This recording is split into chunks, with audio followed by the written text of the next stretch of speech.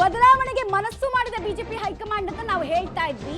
ಬದಲಾವಣೆಗೆ ಮನಸ್ಸು ಮಾಡಿದೆ ಸರಿ, ಯಾರು ಬಿಜೆಪಿ ಹೈಕಮಾಂಡ್ ಅಲ್ಲಿರುವಂತಹ ಅಭ್ಯರ್ಥಿ ಡೀಟೇಲ್ಸ್ ನೀವು ನೋಡ್ತಾ ಇದ್ದೀರಾ. ಪ್ರತಾಪ್ ಸಿಂಹ ಅವರಿಗೆ ಟಿಕೆಟ್ ಮಿಸ್ ಸರಿ, ಬಟ್ ಅಭ್ಯರ್ಥಿ ಯಾರು ಅಂತ ಮೈಸೂರಿನಿಂದ ಅಚ್ಚರಿ ಅಭ್ಯರ್ಥಿ ಫಿಕ್ಸ್. ಹಾಗಾದ್ರೆ ಬಲವಾಗಿ ಕೇಳಿ ಬರ್ತಾ ಇದೆ ಮೈಸೂರು ರಾಜ ಮನೆತನದ ಹೆಸರು.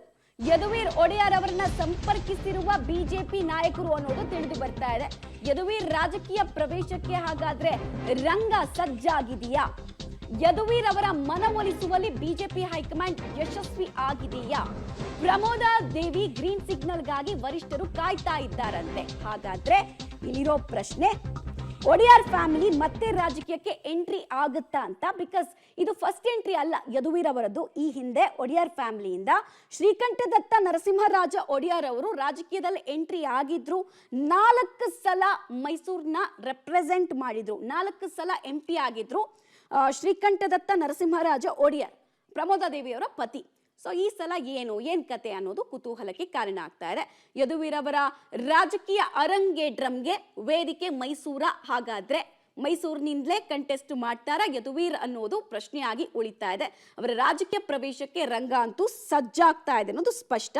ನಾನು ಆಗ್ಲೇ ಹೇಳ್ತಾ ಇದ್ದೆ, ಒಡೆಯರ್ ಫ್ಯಾಮಿಲಿಯಿಂದ ಈ ಹಿಂದೆ ಕೂಡ ರಾಜಕೀಯಕ್ಕೆ ಎಂಟ್ರಿ ಆಗಿದ್ದೂ ಇದೆ, 4 ಸಲ MP ಆಗಿದ್ದೂ ಇದೆ ಅಂತ. ಸೊ ಅದೇ ರೀತಿ ಯದುವೀರ್ ಅವರು ಕಂಟಿನ್ಯೂ ಆಗ್ತಾರೆ ಅನ್ನೋದು ಕುತೂಹಲ. ಡೀಟೇಲ್ಸ್ ಕೊಡ್ತಾರೆ, ನೇರ ಸಂಪರ್ಕದಲ್ಲಿ ಜಾಯ್ನ್ ಆಗ್ತಾ ಇದ್ದಾರೆ KP ನಾಗರಾಜ್.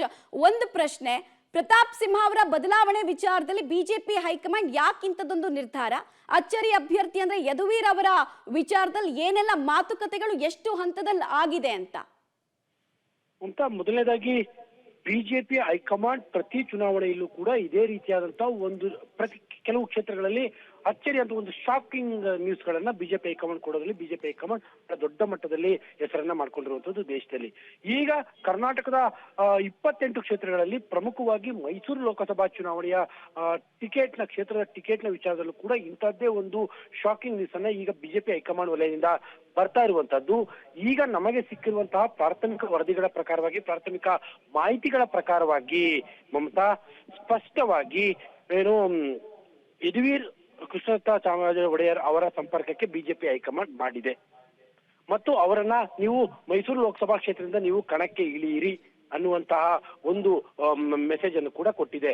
ಆದ್ರೆ ಈ ವಿಚಾರದಲ್ಲಿ ಇನ್ನೂ ಕೂಡ ಪ್ರಮೋದಾ ದೇವಿ ಒಡೆಯರ್ ಅವರ ಅಧಿಕೃತವಾದಂತ ಗ್ರೀನ್ ಸಿಗ್ನಲ್ ಸಿಕ್ಕಿಲ್ಲ. ಹೀಗಾಗಿ ಇನ್ನು ಕೂಡ ಈ ವಿಚಾರದಲ್ಲಿ ಅಂತಿಮ ಹಂತದ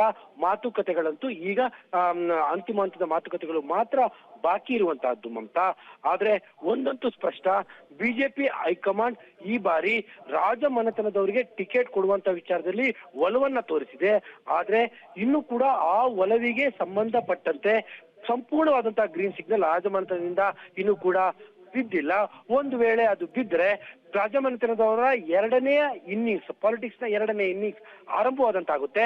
ಆದ್ರೆ ಪ್ರಶ್ನೆ ಇರುವಂತಹದ್ದು ಮೈಸೂರಿನ ಸಂಸದ ಪ್ರತಾಪ್ ಸಿಂಹ ಅಭಿವೃದ್ಧಿಯ ವಿಚಾರದಲ್ಲಿ ದೊಡ್ಡ ಮಟ್ಟದ ಸದ್ದನ್ನ ಮಾಡಿರುವಂತವ್ರು ಮತ್ತು ಬಿಜೆಪಿ 28 ಸಂಸದರು ಕೂಡ ಯಾರು ಕೂಡ ತಮ್ಮ ಪ್ರೋಗ್ರೆಸ್ ರಿಪೋರ್ಟ್ ಅನ್ನ ಕೊಟ್ಟಿಲ್ಲ.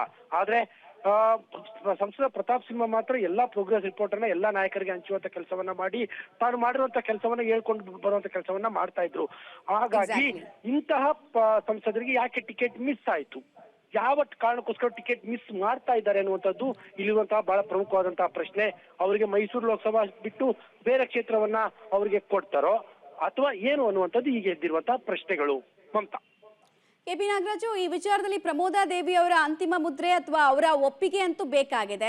ಯದುವೀರ್ ಅವರ ಚಿಂತನೆ ಏನು? ರಾಜಕೀಯಕ್ಕೆ ಬರುವಂತಹ ಮನಸ್ಸು ಇದೆಯಂತ ಅವರಿಗೆ? ಆ ಬಗ್ಗೆ ಏನ್ ಮಾಹಿತಿ ಇದೆ? ಆಮೇಲೆ ಪ್ರತಾಪ್ ಸಿಂಹ ಅವರಿಗೆ ಒಂದು ವೇಳೆ ಟಿಕೆಟ್ ಮಿಸ್ ಆದ್ರೆ ಅವ್ರನ್ನ ಎಲ್ಲ ಅಕಾಮಡೇಟ್ ಮಾಡಬೇಕು ಅನ್ನೋದು ಬಿಜೆಪಿ ಹೈಕಮಾಂಡ್ ನ ಚಿಂತನೆ. ಆ ಬಗ್ಗೆ ಏನಾದ್ರು ಡಿಸ್ಕಷನ್ಸ್ ಆಗಿದೆಯಾ ಇಲ್ಲಿ ತನಕ? ಸದ್ಯಕ್ಕೆ ನಮಗಿರುವಂತಹ ಮಾಹಿತಿಗಳ ಪ್ರಕಾರವಾಗಿ ಕೇವಲ ಯದುವೀರ್ ಅವರನ್ನ ಸಂಪರ್ಕಕ್ಕೆ ಬಿಜೆಪಿ ಹೈಕಮಾಂಡ್ ಸಂಪರ್ಕವನ್ನ ಮಾಡಿರುವಂತದ್ದು ಸ್ಪಷ್ಟ. ಆದ್ರೆ ಯದುವೀರ್ ಅವರು ಒಂದು ರೀತಿಯಂತ ಡೋಲಾಯಮಾನ ತರದ ತೀರ್ಮಾನಗಳನ್ನ ಹೇಳಿದ್ದಾರೆ. ನೋಡೋಣ, ಆದ್ರೆ ತಾಯಿಯವರ ಒಪ್ಪಿಗೆ ಬೇಕು ಅನ್ನುವಂತ ಮಾತುಗಳನ್ನು ಹೇಳಿದ್ದಾರೆ ಅನ್ನುವಂಥದ್ದು ನಮಗಿರುವಂತಹ ಮಾಹಿತಿಗಳು. ಅಂದ್ರೆ ಪ್ರಮೋದಾ ದೇವಿ ಒಡೆಯರ್ ಅವರ ಒಪ್ಪಿಗೆ ಬೇಕು ಅನ್ನುವಂಥದ್ದು.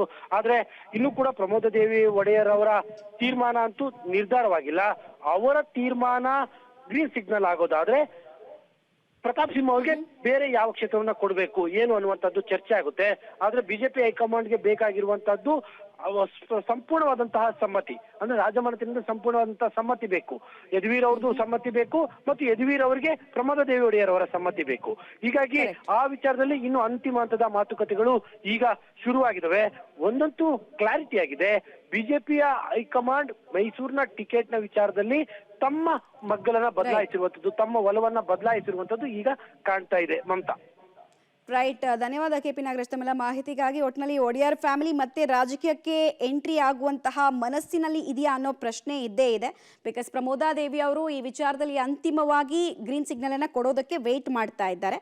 ಸೊ ಪ್ರಶ್ನೆ ಉಳಿಯೋದು, ಶ್ರೀಕಂಠದತ್ತ ನರಸಿಂಹರಾಜ ಒಡೆಯರ್ ಅವರು 4 ಸಲ ಮೈಸೂರಿನಿಂದ MP ಆದ ಬಳಿಕ ಯದುವೀರ್ ಅವರು ಕೂಡ ಅದೇ ಹಾದಿಯಲ್ಲಿ ಸಾಕ್ತಾರಾ, ಮತ್ತೆ ಪ್ರತಾಪ್ ಸಿಂಹ ಅವರ ಭವಿಷ್ಯ ಏನು, ಈ ಎರಡೂ ಪ್ರಶ್ನೆಗಳು ಉಳಿಯುತ್ತೆ.